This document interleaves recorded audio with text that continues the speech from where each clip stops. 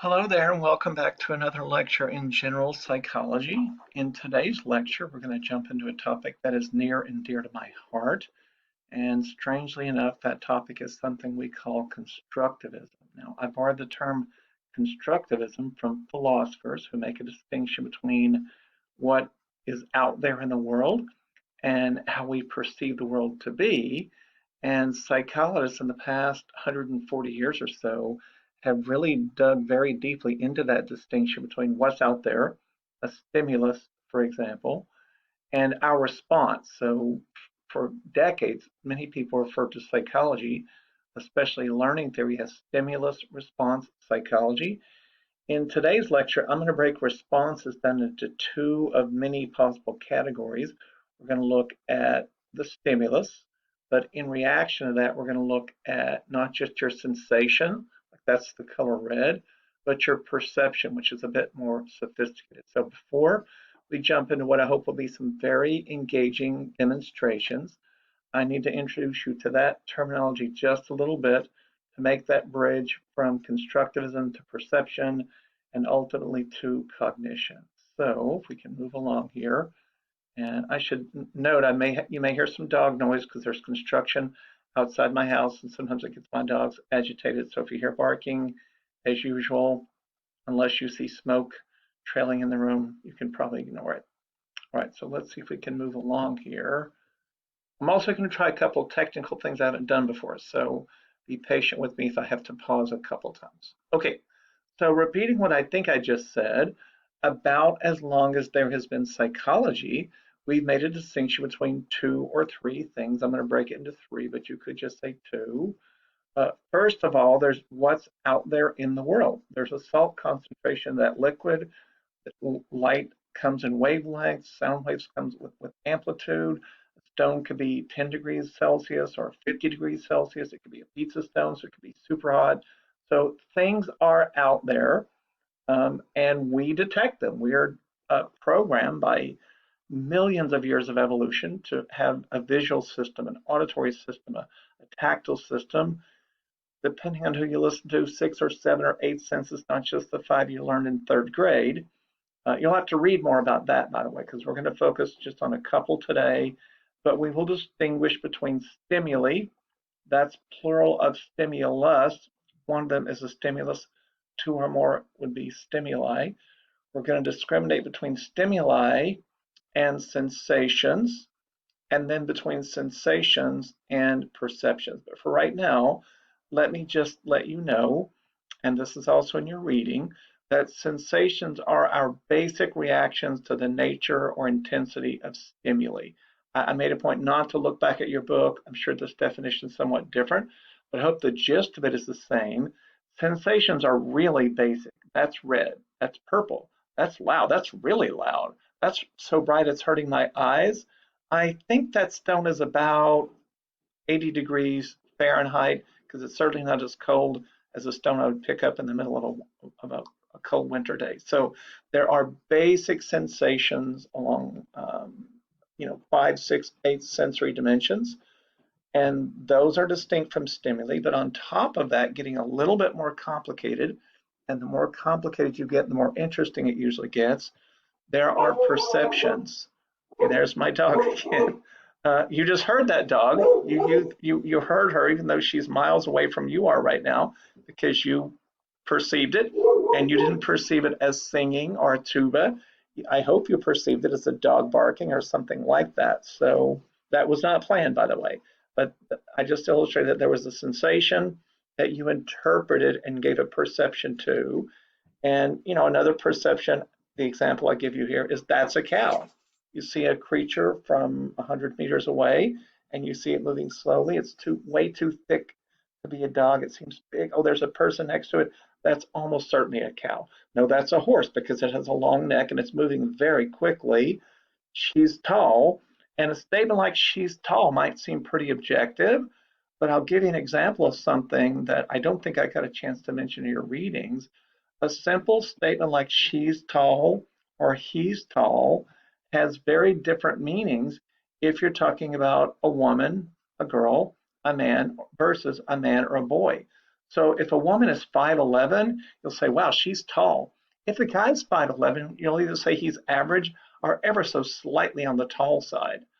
So even a basic judgment like height, like how tall a person is, which seems kind of objective, has a pretty big subjective component to it. And we often use different rules or different standards to describe different people.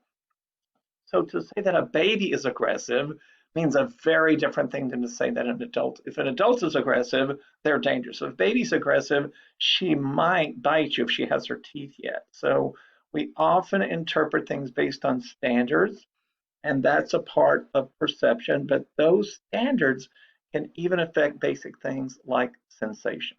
Okay, so we have three things here: stimuli, what's out there, sensations and perceptions, how we respond to them. The rest of this lecture is going to make a very basic point about that that runs counter to many people's intuitions. Okay, before we jump into that though, let's do a quick activity. I just threw this together this morning for me at least. I hope it's any time of day for you that means you're well rested and attentive. But you can see 4 stimuli here, and I'm going to show you an interpretation of or reaction to each stimulus and just get you to quickly say to yourself, is that a sensation or is that a perception? Okay, it's round. Sensation or perception? I hope you said sensation. It's more like a sensation in that you're referring to a basic reaction to that stimulus that even a child, even if a child doesn't know the word circle yet or round, a child would perceive that as round versus perceiving it as squarish, for example. Okay, sensation. It's white. Again, even a kid who's 3 or 4, if she knows her color, she would say, well, the background's blue, but that circle or that thing is white. And so that's also a sensation. It's the letter O. Now, a kid who's 2, unless she's freakishly good at reading and freakishly precocious, is not going to know that's the letter O because she doesn't know her letters yet. But by the time a kid in our culture is, let's say, 4 or 5, certainly 6 years old, I hope, the kid's beginning to read, and she might recognize that as the letter O. Or so that's a perception. In contrast, you might perceive that not as the letter O, but of course as the number 0. So here's another example. Oh my God, that's my grade. Well, let's be careful here. Keep this PG-13. I'm so unhappy. What went wrong? My score must have not recorded. I know I got some of them right. That, of course, is more of a perception. It's your reaction. And that perception could change pretty quickly from unhappiness and dissatisfaction and confusion to saying, oh, yeah, but I get to drop my lowest grade and it's the first exam. And on the second exam, I'll actually study, then I'll do well. So we're capable, of course, of making sense of things, reinterpreting things. Sometimes that's very adaptive and helpful. It keeps you from being miserable and giving up, but sometimes it can get us into trouble, and we'll see examples of both of those things later in this lecture. All right. So the basic question of the rest of this lecture is whether perception is just a passive record of experiences, almost like what a video camera or an audio recorder would take in. Or is it the case that we as perceivers create, you could even say construct or construe a great deal of what we feel or experience? And I hope it's clear to you that that second interpretation would be much more interesting, although sometimes much scarier. So let's move along into the lecture, in the body of the lecture, and ask ourselves about which of those options is more correct. And I'll begin to answer that question with you with a very simple answer from a crudely drawn cartoon that I probably drew 15 years ago using the draw program in its most primitive form. But I hope you can see that it's either of two things, and I can summarize them for you 2 different ways. We'll get to that definition in just a second. The noisy duck quacked at the butterfly, or the butterfly landed gently on the rabbit's ear. So if you want to accept that as a really bad drawing, it's a really bad drawing of a duck, but I hope you can see it's a duck. The duck is quacking at the butterfly, so those sticky outy things are the duck's bill. but it becomes a slightly better drawing if you consider it a rabbit, where the rabbit's looking away from the butterfly, and the butterfly is about to land gently on the rabbit's ear or ears. So those are two very different interpretations of exactly the same stimulus. The stimulus is an area of white with some black lines, and we can talk about any particular feature that we want. But notice that the fact that you can have two very different interpretations of that supports the idea of constructivism. We actively construe, make, or create, I added the word make, of course, much of what we feel. Whoops, I just typed that in this morning. You can see it says directly. I bet you can guess. You can use your higher order perception skills to know that that should have said directly. We feel like we directly perceive the world and just take it in passively, but lots of research in psychology shows very clearly that in fact we actively piece together, create, construe, make, construct, you could say, much of what we perceive. That's what the rest of this lecture is all about. All right. Now, if you had AP Psychology, which about a quarter of you I did, if I remember correctly, you probably heard of the Mueller-Lyer illusion, an ancient illusion that a guy in Germany, maybe it's two guys in Germany, Mueller and Lyer, came up with. And if I ask you, though, which line looks longer, you can answer that question for me. And most people say that the bottom line looks longer. But of course, I can also ask you which line actually is longer. And if I ask you that question, you can ignore that number 2 up there, by the way. Most people say, well, they're the same length. I know about this illusion. So the bottom one looks longer. But of course, I know I can correct for that illusion. They're actually the same length. They're actually not quite the same length. So you could say I cheated, I guess, if you wanted to. But I took advantage of the Mueller-Lyer illusion and the fact that it still exists to some degree, even if you know about it, by intentionally making the second line, the bottom line, the red line, even shorter. Not a lot shorter, but if you look at those parallel lines there, the dashed white lines, you can see that the red line on the bottom is a little bit shorter than the top line, but it makes it look like the Mueller-Lyer illusion gives us the appearance, of course, that the bottom line is longer. So my little spin on the basic illusion, the illusion is powerful enough that you still think the red line is longer, at least your gut does. Your intuition tells you that, by the way, even if I make it a little bit shorter. Okay, so that's the Mueller-Lyer illusion, my twist on it. This is the flashing dots visual illusion. And if you stare at the I don't know, call it a cloth pattern here, and especially if you move your eyes around, you will see lots of flashing dots. You can, of course, prove to yourself that the dots are not flashing. Now, that could have been an app. That could be an app, an animation with flashing dots. But of course, you can prove that the dots are not flashing by selecting any dot at random and staring at it. I'm doing it right now, picking another one, picking a third one. And you'll see that when you stare at a dot, it does not move. In fact, when you stare at one dot, it somewhat reduces the overall illusion. The illusion is maximized if you do what I'm doing now and scan the dots from one spot to the next to pretend you're looking for differences between them or something like that. That's the flashing dots illusion. They're not flashing, but there is flashing happening in your subjective perception. Okay, yeah, it's all in your head.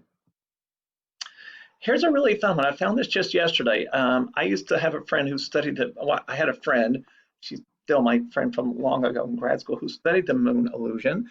And it's one of those interesting illusions that no one has completely figured out yet. We have a pretty good idea why it works, but there's still some debate to this day. But I'm going to pause here if you don't mind, because it takes a while for this video to load, and it has a commercial, and I'm going to let you skip the commercial if I possibly can. So we're going to pause, and I'll be right back.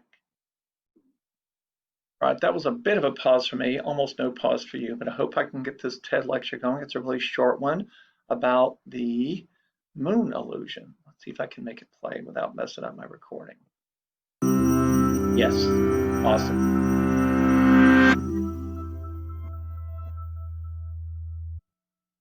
Have you ever noticed how the full moon looks bigger when it's near the horizon than when it's high overhead? If so, you're not alone. People have wondered about this strange effect since ancient times, and surprisingly, we still don't have a great explanation, but that's not for lack of trying. Some of the greatest minds in history, Aristotle, Ptolemy, Da Vinci, Descartes, have all wrestled with this problem and failed to generate an adequate explanation. One of the first ideas suggested was that the image of the moon in the sky really is bigger near the horizon. Perhaps the Earth's atmosphere acts like a giant lens, magnifying the moon as it rises and sets. But this explanation doesn't cut it. If anything, the refraction of the atmosphere would make the moon look slightly smaller. Plus, if you actually measure the size of the visible moon at different positions, it doesn't change at all. But then why does it still seem bigger when it's rising? This must be some kind of optical illusion. The question is, which one? That's One technically explanation a is the visual Ebbinghaus illusion, illusion. where two identical Visual. objects look different because of the relative size of the objects they're surrounded by. Here, the two center circles are actually the same size. Maybe the moon looks bigger near the horizon because it's next to tiny trees, houses, and towers in the distance. But when the moon is higher up, it's surrounded by the vast darkness of the night sky and looks tiny by comparison. Another possibility is the famous Ponzo illusion. If you've ever tried to draw in perspective, you know that the closer something is to the horizon, the smaller you should draw it. Our brain compensates automatically for this by perceiving objects near the horizon as larger than they actually appear.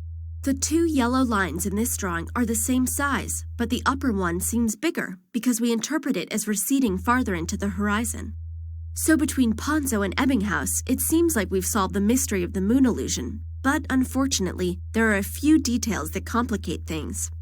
For one thing, if this was just the Ebbinghaus effect, then we would expect the moon illusion to disappear for pilots flying high above the clouds, since there wouldn't be any other smaller objects near the horizon. But in fact, pilots and sailors out on the ocean still claim to see the moon illusion. On the other hand, if it's just our brains auto-correcting the size of objects near the horizon, then we'd expect the moon illusion to be visible inside a planetarium, where the whole sky, including the horizon, is displayed on a spherical dome overhead. Studies have shown, though, that this is not the case. To make matters worse, it seems the moon illusion disappears entirely if you just bend over and look at the moon between your legs. Now this is just getting ridiculous. One of the most promising explanations today is known as convergence micropsia. Our brains judge the distance to objects and their apparent size by the focus of our eyes. When looking at the horizon, your eyes focus far off into the distance, so your brain knows you're looking far away. The moon appears a certain size. Your brain thinks it's far away, which it is, so you naturally conclude the moon must be big. But when looking up at the night sky, there's nothing for your eyes to focus on, so they default to their rest focus, which is a point just a few meters away. Now your brain thinks the moon is much closer than it really is, so you naturally conclude the moon's not as big as you thought it was. Rather than explain why the moon looks so big near the horizon, convergence micropsia explains why the moon looks so small when overhead. Still not satisfied? Well, frankly, neither are many scientists, so the debate over the moon illusion still rages on and may continue as long as we still see it in the night sky.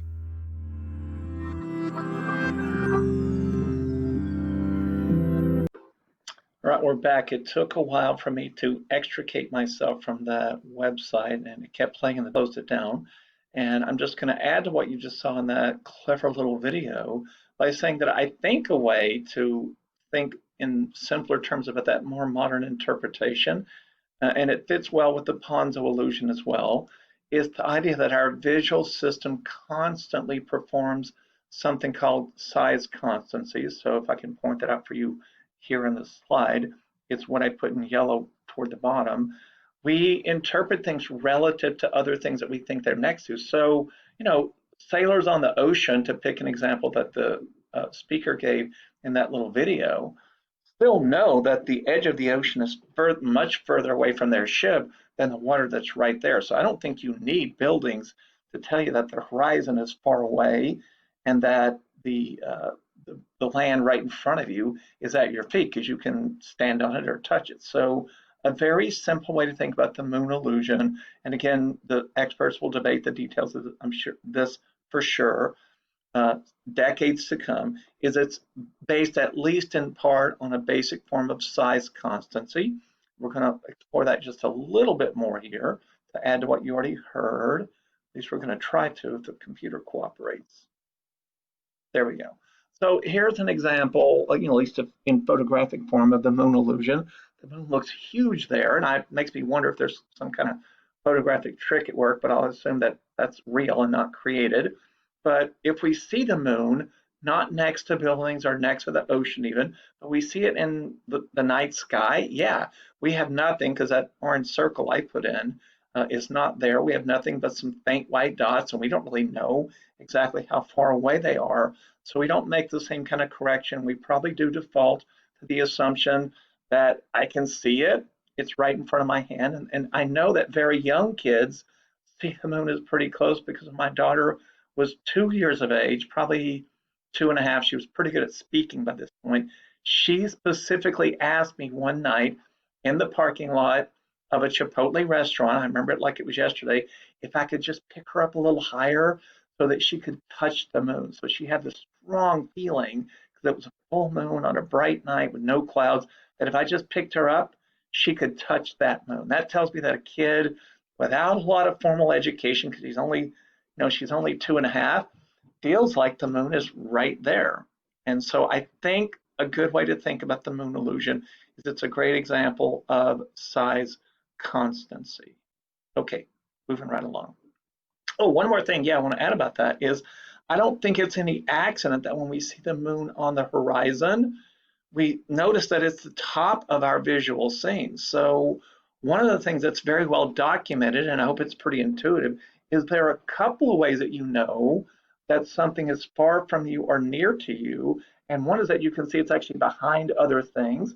So this post, of course, is behind these boards that I'm pointing out for you. And of course, that post is behind this one. And the third post is even further back. And notice that as I move to further and further posts, they get higher up in the visual field. So not just that they get smaller as they should, but they get higher up. So I think your brain is using at least two cues. It's behind other stuff, including the case of the moon illusion, and it's up higher in my visual field. But if you look straight up at the moon at night, there's no up and down in the visual field. You probably realize you're looking at outer space, and so you don't make that automatic correction for, again, my preferred interpretation, because I think it's the simplest way to put it. You don't make that automatic correction, that automatic form of size constancy. So short answer, moon illusion, really cool. I think it mostly happens because of our automatic tendency to be great at something called size constancy. All right. Speaking of the moon, I want to share with you another illusion about the moon. This is a really fun one, and I particularly enjoy it because I've come up with a spin on it, and I've only tried it on a few people, but let's begin with the basic illusion that we've known about for a long time. This is what's called the disappearing moon illusion. Let's see if I have a title for you. Yeah, there I do. And of course, the disappearing moon illusion is in this lecture because it's a great example of constructivism. And so what I want you to do is to close your left eye, probably the third left eye in this group. Close your left eye, and I'm going to close my left eye. And as I do that and move myself a little closer to the screen, there's a point about, for me at least, about 9 or 10 inches away when the little white moon completely disappears. In fact, I could do that in a way that I don't have to hold my screen up and find that spot where the moon completely disappears. And for me, it's about right there. So as I stare at the white circle in the center of the Earth, at this exact distance, the moon has completely disappeared. Now, if I move my eye just a little, I'll pick it up again. But as I stare at the center of the Earth, I just made the moon completely disappear. So I'm going to give you a second or two to play around with that and see if you can get it to work. Some people have difficulty with it. If it doesn't work for you, you haven't focused on the white dot, you haven't kept your eye closed, or you haven't, much more common problem, you haven't found exactly the right distance. But if you get the right distance on my computer screen, 8, 9, 10 inches away, the moon should completely disappear. Now, if that didn't happen for you yet, I'm going to give you a slightly different representation of this for something that I hope is even more fun. We're going to build on the disappearing moon illusion to look at something I call the hallucinated moon illusion. I'm using the word hallucinated a little bit tongue in cheek, but it's kind of serious. We're going to look at something I call the hallucinated moon illusion. And then we're going to look at a powerful illusion of color perception. But let me get back, if you don't mind, to the disappearing moon illusion and its cousin, the appearing, we could call it, moon illusion. Now, I'm going to pause again and go to a different slide. This keeps forwarding on me. My apologies. Let's go back up. We're going to go to a different slide. It wants to go to that next slide, but I'm not going to let it. We're going to go to the other illusion involving the moon. All right, I should alert you that I'm wrestling with my technology a little bit, and I don't think I can get that audio file to play, so I'm just going to say it for you. It just says what you see here. On the next screen, you will see the Earth on the left. On the right, you will see 9 moons. Now, as we progress through this little activity, I'm going to let recorded Brett from a year or two ago do the talking because it's perfectly timed, unless I run into a technical glitch. So here we go. I hope we can get this to play for you. I can get it to play for you.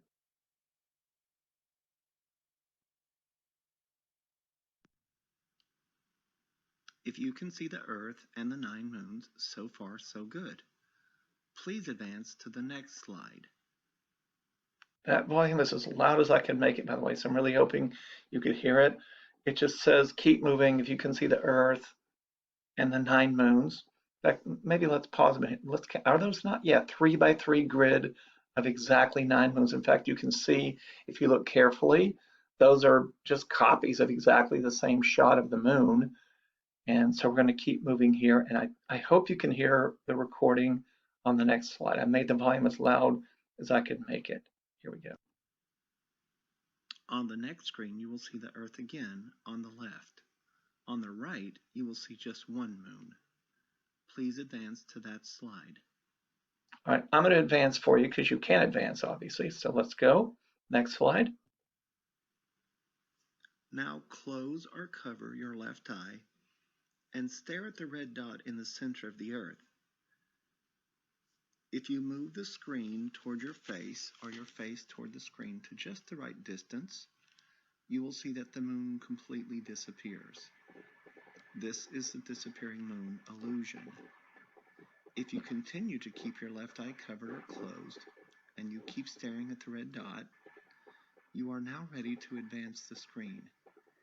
If you need to look away from the red dot to find the Enter or Advance button, do so, but be sure you're staring at the red dot with your left eye closed as you advance the screen.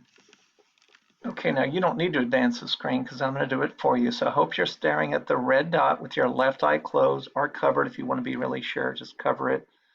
And as I do that, if I stop right here, I got to look at my down button, but you don't have to. Keep staring at the red dot, and I'm going to say 3, 2, 1, and I'm going to advance the screen. 3, 2, 1. If you keep your left eye closed, and if you keep staring at the red dot, you should now see 9 moons, the 9 moons you saw a few screens ago. But if you open both of your eyes, or if you stare at the 9 moons, you will see that in fact there are only 8 moons. You hallucinated the center moon, which I've replaced with a vivid green dot. If Now you want to try it again, just close your left eye or keep it closed, stare at the red dot, and advance the slide. Now you have to stare at the way you were staring before, but I can do that because I still vaguely see. Now they're kind of fuzzy, but I vaguely see the 9 moons, even though I created this visual illusion. I know a lot about it because I created it, and I still am perceiving a moon where that bright green dot is. So I'm going to move ahead and see what happens now. If you keep your left eye closed and you stare at the red dot, you should see the 9 moons again. But if you open both of your eyes, you will see that in fact there are only 8 moons. You've hallucinated the extra moon again. Now, to me, that's the most powerful form of the illusion because there's something that wasn't there at all that your brain made up, created, filled in because you expected there to be 9 moons. You saw 9 moons a few screens ago. So we could do this if you want to do it one more time. again, it would be important to make it happen one more time, that you know exactly how far your face has to be. But I will try it one more time for those of you who've patiently sat without it moving, and we'll do it just once more. Now, I must have let my head move a little because I could vaguely tell that there's something speckly there. I'm going to make even that happen. But now that if I move my head here, I'm at least vaguely sensing 9 moons again. And if I stop and open both eyes, as I just did, I can see that it didn't say someone saying hello to me. And of course, the appropriate thing is to say, sup, dog, say it back to them. So, all right, I hope that worked for you. We're going to get back to the main PowerPoint slide. Okay, I hope you made it through the disappearing moon illusion and the appearing or hallucinated moon illusion okay. And of course, if that didn't work for you, you could always back the video up and make sure you get the disappearing effect first before you proceed through it. But I'm going to trust that you've done that.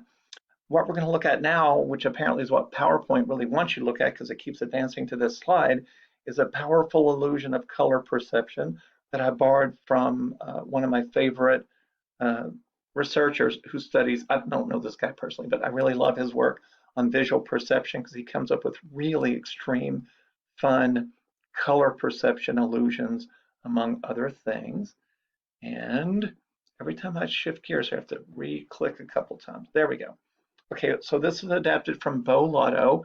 In fact, if you want to Google Bo Lotto TED Talk, you'll see 15 minutes of these kind of really cool visual illusions. This is one of my favorites. What I'm doing right now is I'm staring at the white dot in the upper half of the screen. But before I do that, don't stare at that yet. Look at the bottom half of the screen. And you will notice, I hope, if you stare carefully or look carefully at the bottom half of the screen, that those images are identical. So those images are a sand dune or something like it and a sky. And the person who made that image, I'm assuming it was Bo Lotto, just took an image and made a mirror image and flipped it over. So look carefully at that sand dune. It's a double image, it's a mirror image. Of course, there's the sky, the clouds are even mirror images, the sand is mirror images. Good. Now look, I hope I didn't mess this up. You look at the top half of the screen and stare with me if you don't mind for, I'm going to say 30 seconds at that white dot. So stare at the white dot. I'll count down for you pretty quickly. Okay, maybe 22 seconds. Let's count down.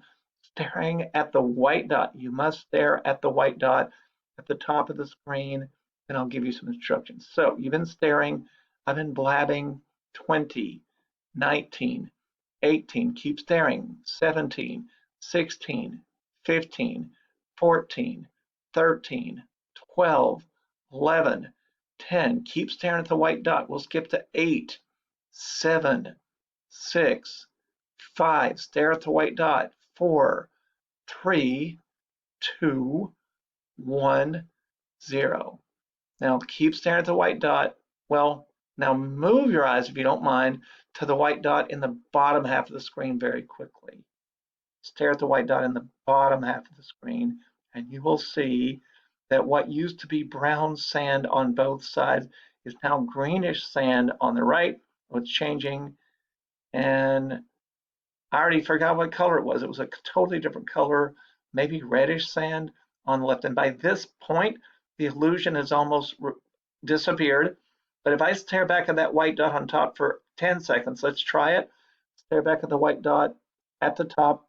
10, 9, 8, 7, 6, 5, 4, 3, 2, 1, 0. Look at the white dot again. Yeah, it's red, it's greenish bluish on the right and reddish purplish on the left.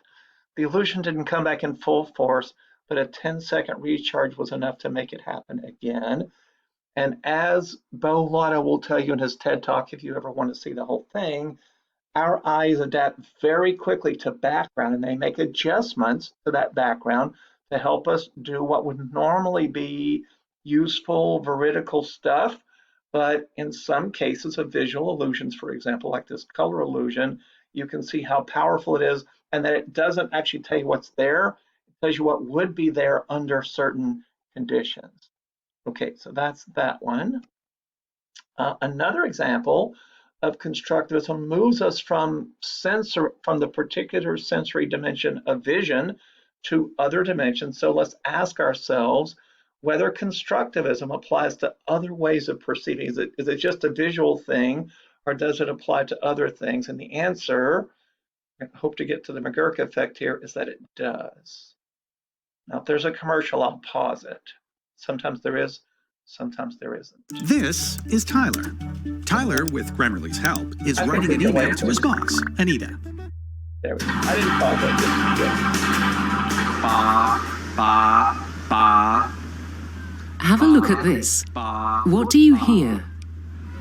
Ba, ba, ba. Ba, ba, ba. But look what happens when we change the picture. Ba, ba, ba. Ba, ba, ba. Ba. And yet, the sound hasn't changed. In every clip, you are only ever hearing ba with a B. Ba, ba, ba. It's an illusion known as the McGurk effect. Ba. Take another look. Ba. Concentrate first on the right of the screen. Ba. Now to the left of the screen. Ba. The illusion occurs because what you are seeing clashes with what you are hearing. In the illusion, what we see overrides what we hear. So the mouth movements we see as we look at a face can actually influence what we believe we're hearing. If we close our eyes, we actually hear the sound as it is. If we open our eyes, we actually see how the mouth movements can influence what we're hearing. Ba, ba, ba. It's a bizarre effect. Remember, the only sound you're hearing is ba with a B. Ba, ba, ba, ba, ba. What's remarkable about this illusion is even knowing how it's done doesn't seem to make a difference. Ba. The effect works no matter how much you know about the effect. I've been studying the McGurk effect for 25 years now, and I've been the face in the stimuli. I've seen stimuli thousands and thousands of times, but the effect still works on me. I can't help it. Ba, ba, ba, ba, ba. The McGurk experiment shows us that even when our senses are working normally, we can still make mistakes in interpreting their signals. All right, I'm still wrestling with my technology a little bit, but I hope you just heard about the McGurk illusion and that you saw from Larry Rosenblum that even if you know about the illusion, and he's been studying this, as he told you, for 25 years, probably 30 years now, because that video is 5 years old, by the way, you still are going to experience the illusion based on your thousands and thousands of hours of experience watching people speak and noticing without knowing you're noticing that your lips come together very differently when you say ba than when you say fa. So that's the McGurk illusion. And in your reading, you'll see another brief allusion to that powerful illusion with an A, to that powerful illusion with an I. All right, so constructivism does apply to multiple dimensions, not just vision. And if I can get the PowerPoint to work with me, we'll look at other kinds of perception. All right, this is a kind of a fun demonstration of illusions and the way we hear and interpret language. It's a little bit juvenile, I'll admit that right up front. So it's juvenile, so that, you know, if you have a 12-year-old younger brother, or maybe better yet, a 14-year-old younger brother, they will probably find this more entertaining than you do.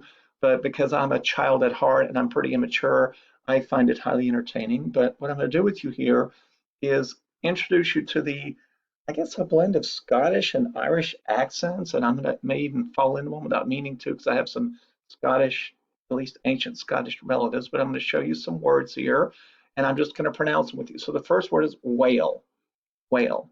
Okay. The second word, of course, is oil, oil.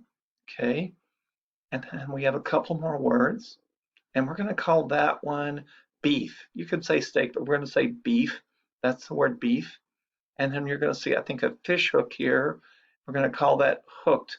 Notice that the fish is hooked. If you're a fish, that's an unhappy state to be in. So we've got 4 words here, And if I can call on my ancient Scottish ancestor to help me a little bit, either Scottish or Irish, I have both Scottish and Irish and German and Spanish and Portuguese and Norwegian ancestry. So I got a bunch of bases covered. But let's go with the Scottish Irish thing. And I'm going to get you to work with me. And again, I'm not here to coach you, but please do this with me out loud and see if we can start. See if we can start to string these words together, lads and lassies. Let's say whale oil. Whale oil. Let's say the next two words, beef hooked, but say them quickly. Beef hooked. And let's put them all together here. What would happen if a giant asteroid were to hit the planet Earth? I'll tell you what will happen. Well, oil beef hooked. Okay, so again, that was a little juvenile. I apologize if it offended your sensibility, but I hope you can see that those four words are open to very different interpretations depending on your accent, for example. It's either a random combination of whale and oil and food and fishing, or it's something a little bit more colorful than that. So if you didn't get the colorful punchline of that little 12-year-old joke, then say it to yourself again and very quickly, and then listen to what you're hearing in an Irish or Scottish accent. Okay, so that's another example of constructivism and auditory perception. Let's keep moving. Now, this is an example. I'm going to apologize for my audio up front, but to do this right, I can't get this to play well. But I went to my YouTube page on my phone, and I did get this to work. So what I'm apologizing for is probably AM quality radio. But by doing this in AM quality radio and giving you the lyrics, at least I know that you heard it when I wanted you to. And the lyrics, of course, will help you read what's happening. This is an old 1970, I'm going to say 75-ish, maybe late 70s pop song that went, I'm pretty sure, to number 2 on the charts. I was definitely alive when this song was a hit. I remember listening to it in my early, I think, high school years, maybe my late high school years. It's a very corny bubblegum rock song, but there's also a sweet, sad message to it. So first, just listen to the song and watch the lyrics. And again, my apologies that the audio may not be that great because it's coming from my phone. Well, I thought it was.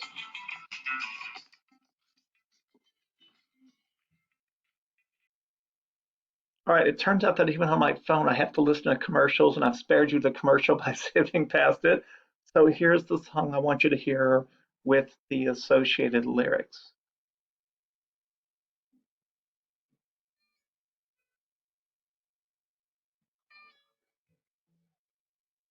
You shelter me from harm, kept me warm, kept me warm.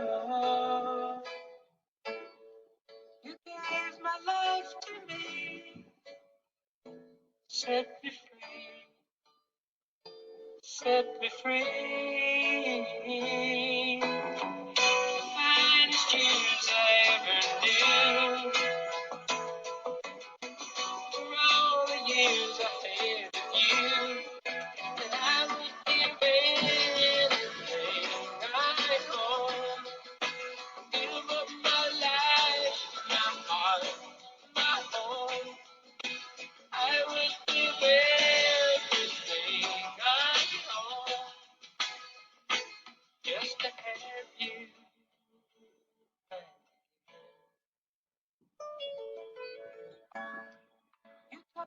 All right, I'm going to pause it and take advantage of the fact that you can read much more quickly than David Gates can sing, and just get you to read ahead with me a little bit here. You taught me how to love, what a touch, what a touch. You never said too much, but still you show the way. He goes through the same soulful kind of lyrics that tell the sad story. And of course, my reaction to the song when I heard it, as I think a high school student, maybe I was even younger, was this guy's ed up. He's brokenhearted. Obviously, it's sad, but he needs to let this woman go and move on with his life. Obviously, she doesn't want to be with you.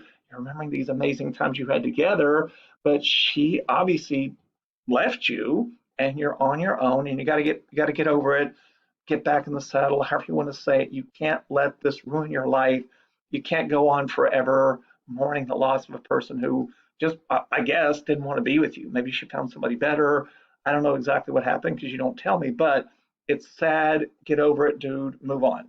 And I would say the same thing to a female friend. Get over him, get over her, whoever it is, whoever your partner was that left you.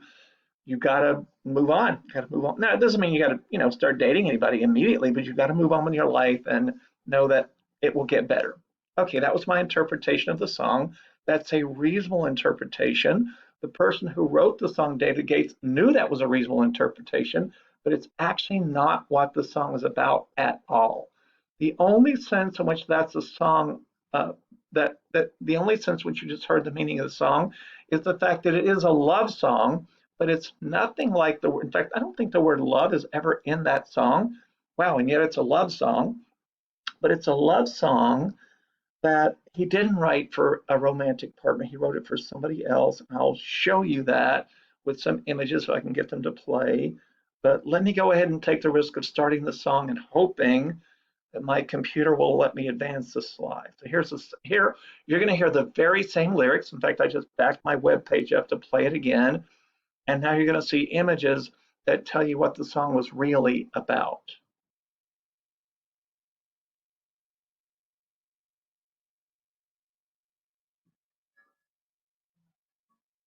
You sheltered me from harm, kept me warm, kept me warm.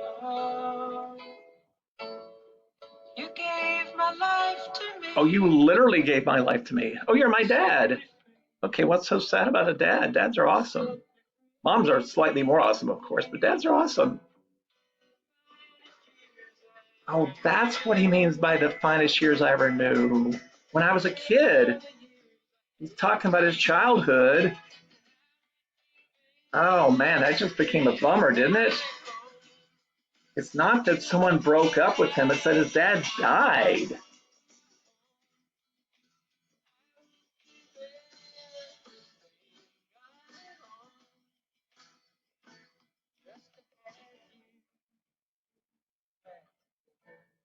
I think we have a bit more. Let's go a little bit more if I've got it. Yeah.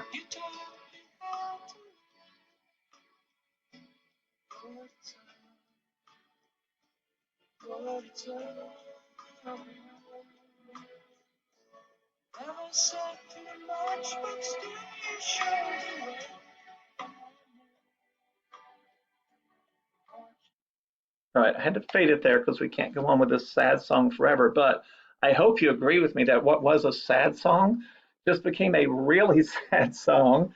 And because David Gates knew that songs about dead parents don't sell a lot of copies of records, so back when they actually made records, they were vinyl. He wrote the song intentionally in a way that was ambiguous, knowing that people who've heard hundreds of love songs, including a dozen or two from Bread before they had a hit with this song, people would of course interpret it in terms of what they expected to hear in a love song, because most songs on the radio are about love, romantic love, not about the love you have for a father. So that's a great example, I hope you'll agree, of Constructivism, a song that very few people know. In fact, I bet your parents have heard this song and your grandparents may have too, but they probably did not know that the song is not about David Gates' lost love who broke his heart. It's about the loss of his father when he was a pretty young man. All right, so let's keep moving.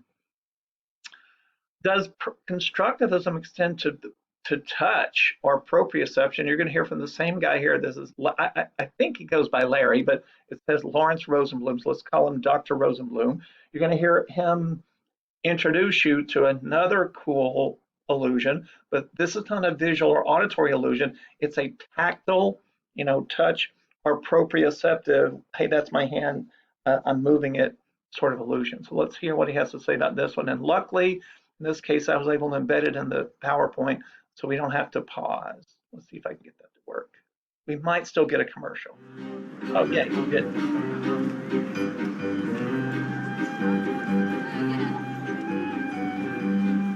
Hi. Hi. I'm Larry. Hi, Edie. Very nice to meet you, Edie. We're going to do a little demonstration here called the rubber hand illusion.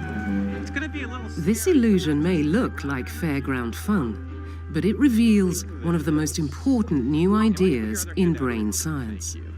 Right there. Good. And can you put this hand down right over here and just curl it up like the rubber hand's curled up a little bit? All right. Now, what I'm going to do is try to position the rubber hand so it looks like it's your own. Okay, could you imagine that being your own hand, kind of? What we're going to do is we're going to stroke your fingers simultaneously, the rubber finger and your real finger, and hopefully this will convince you that the rubber hand is your own, that your brain will actually adopt this hand. In the illusion, simply watching the rubber hand being stroked at the same time as the real hand is enough to trick the brain into adopting it. It's nice to have a pause button. I just want to say briefly, he is very carefully, he's practiced this a bit, stroking exactly the right finger with her real hand that corresponds to the finger in the rubber hand with the glove. So when he strokes her ring finger in her actual hand, he's stroking the ring finger and she's seeing it happen with the rubber hand that's the only hand that she can see. So he very carefully times it so that what you see happening to the rubber hand is in fact what you feel happening to your real hand. That's crucial to the experience of the illusion. As its own. We like weird. And slowly but surely, you should feel that the hand you're looking at is actually part of your body. Feels like you're touching my hand with that one. Right, so it feels like this is your hand that I'm touching, right? Yes.